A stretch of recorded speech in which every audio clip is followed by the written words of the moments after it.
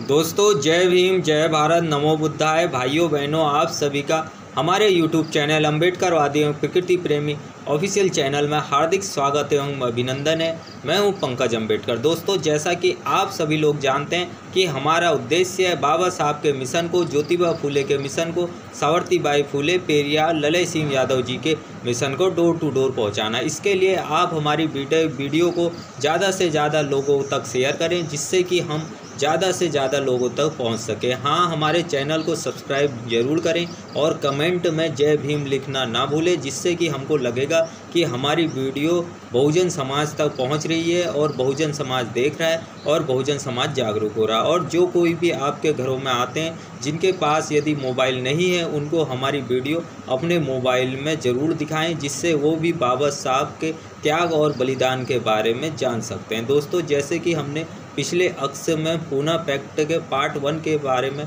बताया था कि कैसे MC राजा को हिंदुओं ने, कांग्रेस ने और बीजेपी ने मिलकर, उस समय कांग्रेस और बीजेपी नहीं थे, RSS और कांग्रेस एक ही थी, RSS और कांग्रेस ने मिलकर MC राजा को बाबा साहब के विरोध में खड़ा कर दिया था और वो बाबा साहब को बुराइयां करते थे, जगह जगह बाबा साहब को गालियां देते थे अपने फ़ायदे के लिए। कहते हैं कि लोहा लोहे को काटता है, तो इन चतुर चालाक प्राणियों ने जो है MC राजा को बाबा साहब के विरोध में खड़ा कर दिया था, जो बाबा साहब के धूल के बराबर भी नहीं था। आइए आगे की कहानी शुरू करते हैं।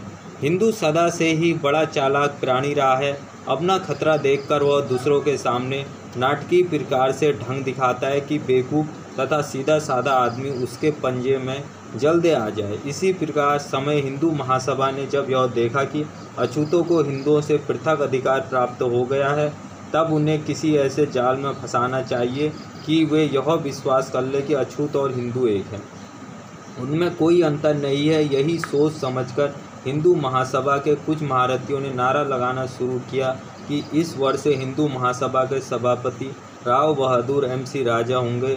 जब राव बहादुर को यह मालूम हुआ कि वे हिंदू महासभा से सभापति बन जाएंगे, तब तो उनकी खुशी का ठिकाना ही न रहा। उस समय पूरे हिंदुस्तान में सभी गांधी जी के प्राण बचाने के लिए कहीं ईश्वर से प्रार्थना करते, तो कहीं सनातनी हिंदुओं से अनुरोध करते कि जब अछूतों के साथ मनुष्यता का व्यवहार करने का प्रण करके गांधी जी के प्राण बचाओ। शिमला में भी ऐसी ही एक विराट सभा हुई। इस सभा के सभापति राजा नरेंद्र नाथ थे। इस सभा में जो प्रस्ताव पास हुआ, उन सभी प्रस्तावों द्वारा यह कहा गया कि गांधी जी के आमरण अनशन करने के अटल निर्णय से देश में जो भावनाएं फैल गई है, उनका ध्यान रखते हुए प्रत्येक हिंदू संघ को अस्पृश्यता को मिटाने के लिए अपनी सारी शक्तियों को लगा देना चाहिए।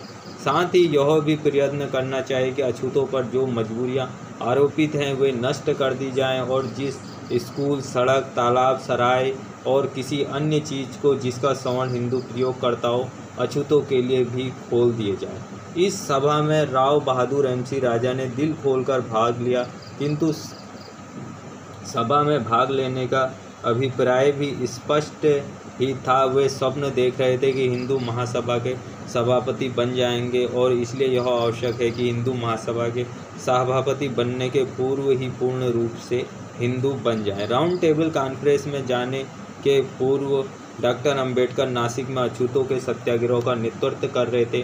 नासिक में रामकुंड नामक एक घाट है। अछूत इस घाट पर स्नान करने के अधिकार से वंचित थे। अप्रैल 1931 में जब अछूतों के इस सत्याग्रह ने बहुत जोर पकड़ लिया, तब शांति की रक्षा के नाम से नासिक के कलेक्टर ने दफ़ा 144 लगा दी।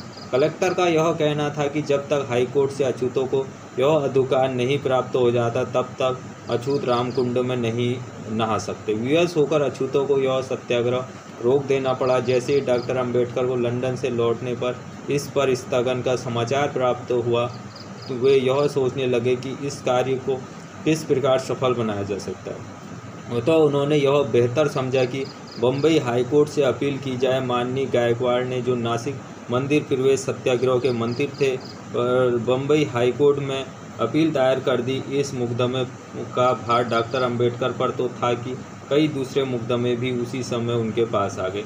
अन्य मुकदमों में जो महत्वपूर्ण मुकदमा था वह था सावंतवाड़ी का मुकदमा। इस मुकदमे में कुछ अछूत फांसी की सज़ा से दंडित किए जा चुके थे। अछूतों पर यह अपराध लगाया गया था कि उन्होंने हिंदू के गांव के जमींदार की हत्या कर डाली थी। इस मुकदमे में धंधु और खंदू 2 अछूत विशेषकर और इनके अतिरिक्त 17 अन्य अछूत 21 अछूतों को सेशन से मुक्त किए जाने पर भी हत्या के अपराधी ठहराए गए थे। डॉक्टर अंबेडकर अपने मकान 3 मीनारे, जिसे उन्होंने कुछ दिन पूर्व ही खरीदा था, में इन मुकदमों के विषय पर अध्ययन में तल्लीन रहते। 3 मीनारे अब राजनीति का बहुत बड़ा केंद्र बन चुका था। जब गांधी जी ने आमरण अनशन की धमकी दी थी, तभी से बहुत से नेतागण 3 मीनारे को जाकर देखने लगे। एक दिन ठक्कर बाबा भी 3 मीनारे की खाक छानने को आए। डॉक्टर अंबेडकर के सभी मित्र और उनसे परिचित हैं यह अच्छी तरह जानते हैं कि जिस समय डॉक्टर अंबेडकर अध्ययन करते हैं, उस समय दुनिया की कोई शक्ति उन्हें बाधा पहुंचाने का साहस नहीं कर सकती।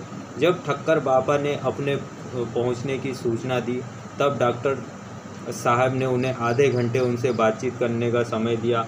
वे गांधी जी के प्राणों की भीख मांग रहे थे। आधे घंटे के बाद उनकी बातचीत एकाएक समय भाव से समाप्त हो गई। गरज बड़ी बावली होती है, अवसर पड़ने पर ऐसे भी कामों को करना पड़ता है जिन्हें करने का हम स्वप्न भी नहीं देखते। ठक्कर बाबा बाहर बैठने के लिए व्यस्त थे, किंतु जब डॉक्टर अंबेडकर ने अपना अध्ययन समाप्त कर लिया, तब उन्होंने पुनः ठक्कर बाबा को बुलाया और उनसे गांधी जी के आमरण अनशन के विषय पर काफ़ी देर तक बातचीत की। डॉक्टर अंबेडकर ने ठक्कर जी से साफ साफ कह दिया कि जब तक गांधी जी स्वयं यह नहीं बताते कि पृथक निर्वाचन के स्थान पर वे अछूतों को क्या सहूलियतें देंगे, तब तक डॉक्टर साहब कुछ नहीं कर सकते। ठक्कर बाबा गांधी जी से राय लेने के लिए पुनः वापस चले गए। ठक्कर अंबेडकर मिलन के बाद 19 सितंबर 1932 को डॉक्टर साहब को अपने मुकदमे के सिलसिले में सावंतवाड़ी जाना था। जब लोगों को यह खबर मिली कि डॉक्टर अंबेडकर बम्बई से सावंतवाड़ी जा रहे हैं, तब तो बहुत से लोगों ने 3 मीनारों को घेर लिया और डॉक्टर अंबेडकर से यह अनुरोध करने लगे कि वे सावंतवाड़ी ना जाए। विवश होकर उन्हें अपना दौरा स्थगित करना पड़ा। गांधी जी द्वारा पैदा की गई अशांति से विशेषकर हिंदू ही घबरा उठे थे। उनके घबराने का कारण भी स्पष्ट था। उनका महासनातनी हिंदू नेता अपनी जान की बाजी लगा चुका था। इस नेता के प्राण बचाना प्रत्येक हिंदू का धार्मिक कर्तव्य था। स्थान स्थान पर बेडौल बातों का पुल बांधना शुरू हुआ।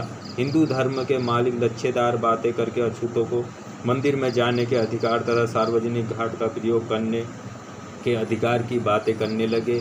यहाँ हम यह भी याद दिला देना आवश्यक समझते हैं, केवल कुछ ही समय पूर्व अछूतों ने डॉक्टर अंबेडकर के नेतृत्व में सत्याग्रह किया था। थोड़े ही दिनों पहले डॉक्टर अंबेडकर स्वयं अछूतों को रामकुंड नासिक को प्रयोग करने का कानूनी अधिकार प्राप्त करने के लिए बम्बई हाईकोर्ट में अपील दायर कर चुके थे। हिंदू धर्म के वे अनुयायी जो उस समय भारत के कोने कोने में सभा करके अछूतों को मंदिर खोल देने का तथा सार्वजनिक घाट खोल देने का ढिढोरा पीट रहे थे, नासिक के रामकुंड नामक घाट का नाम भी नहीं लेते।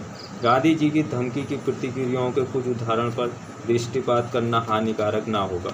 बम्बई में उन्हीं दिनों एक नया संघ पैदा हो गया। उसका नाम बम्बई सिटीजन्स इमरजेंसी कमेटी था। इस कमेटी ने डॉक्टर अंबेडकर तथा उनके साथियों से यह अपील की, देश के इतिहास के ऐसे नाजुक समय में उन्हें हिंदुओं के साथ ही अपनी भलाई की बात सोचनी चाहिए, जिसके परिणामस्वरूप 2 अप्रिय घटनाएं ना हो, अर्थात गांधी जी की मृत्यु और उसकी स्वाभाविक हानिकारक प्रतिक्रिया। दोस्तों, जैसा कि आप सभी लोग जानते हैं कि बाबा साहब और गांधी जी के बीच में एक समझौता हुआ, जिसे पूना पैक्ट के नाम से जाना जाता है।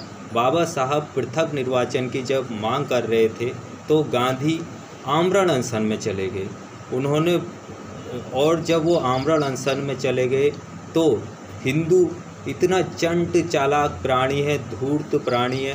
वैसे तो वो एससी समाज के साथ आज भी भेदभाव करता है, उनको वो अपना नहीं मानता है, लेकिन अपने पंजे में फंसाने के लिए, जाल में फंसाने के लिए उनको वो अच्छेपन का दिफा करता है। जैसे कि एक कहावत है, शिकारी जब हिरन को फंसाता है तो मधुर मधुर गीत गाता है। वैसे ही हिंदुओं का है, ये जब ये एससी समाज को, बहुजन समाज को फंसाते हैं, तो उनके प्रति ये लुभावने ऑफर देते हैं और उन्हीं के ही समाज का एक बनाकर उनके बीच भेजते हैं और वो उनको फंसाता है। वो अपने फ़ायदे के लिए इनसे मिल जाता है और इसके में बहुत बड़ा समाज फंस जाता है। अब गांधी जी के प्राणों पर आ गई थी और उसको समझाने के लिए ठक्कर बाबा आ रहे थे बाबा साहब के पास कि भाई गांधी जी की अगर मृत्यु होती है तो इसके जिम्मेदार आप रहेंगे। और उसी समय बम्बई में एक संघ भी पैदा हो गया था जिसका नाम बम्बई सिटीजन्स इमरजेंसी कमेटी था। उन्होंने बाबा साहब से अपील की कि यदि गांधी जी की मृत्यु होती है तो दो घटनाएं हो जाएगी। एक तो गांधी जी मर जाएंगे और अगर गांधी जी मर जाएंगे तो दलितों के ऊपर हम ज़्यादा अत्याचार करेंगे, ऐसा उन्होंने कहा। और आगे की कहानी जो है हम फिर लेकर आएंगे। जय भीम, जय भारत, नमो बुद्धाय। मित्रों, वीडियो को ज़्यादा से ज़्यादा शेयर कर दें।